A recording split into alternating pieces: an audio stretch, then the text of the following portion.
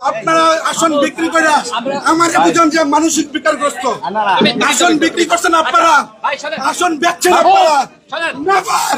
মাহফুজ রক্ত আপনার সাথে রিমান্ডে ছিল না তোমার আসন পরে ঘোষণা করা হবে সমস্যা কি আমার আসন আরেকজন নাম কেন ঘোষণা আপনার জেলখানায় ছিলাম তোমার আসন রিমান্ডে ছিলাম এই দল গঠন করছি আমি মাহফুজ রক্ত দিয়া শ্রম দিয়া গান দিয়া না মহিলা যাবো নেতা কর্মী আসতে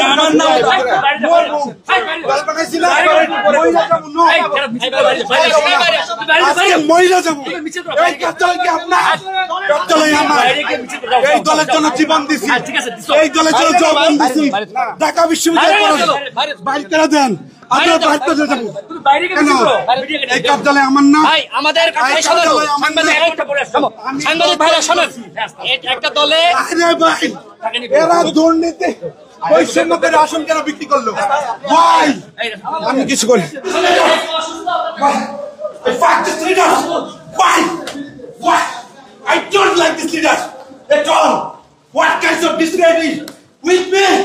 এই ধরনের বৈষম্য কেন আজকে আমাকে আরো নেতা সম্মানিত দর্শক, আমাদের ভিডিও আপনার ভালো লাগলে চ্যানেলটি সাবস্ক্রাইব করুন।